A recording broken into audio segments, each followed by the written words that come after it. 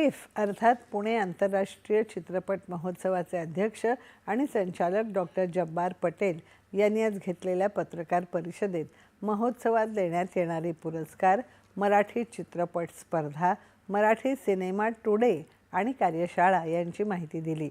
भारतीय चित्रपटसृष्टीतील योगदानाबद्दल ज्येष्ठ अभिनेते बिस्वजीत चॅटर्जी, ज्येष्ठ अभिनेत्री फरीदा जलाल आणि ज्येष्ठ अभिनेत्री आशा काळे यांना पिफ डिस्टिंग्विश पुरस्कार, तर ज्येष्ठ व्हायोलिन वादक आणि संगीतकार अमर हळदीपूर यांना संगीत क्षेत्रातील योगदानासाठी संगीतकार SD बर्मन पुरस्कार देऊन गौरवण्यात येणार असल्याचं पटेल यांनी सांगितलं.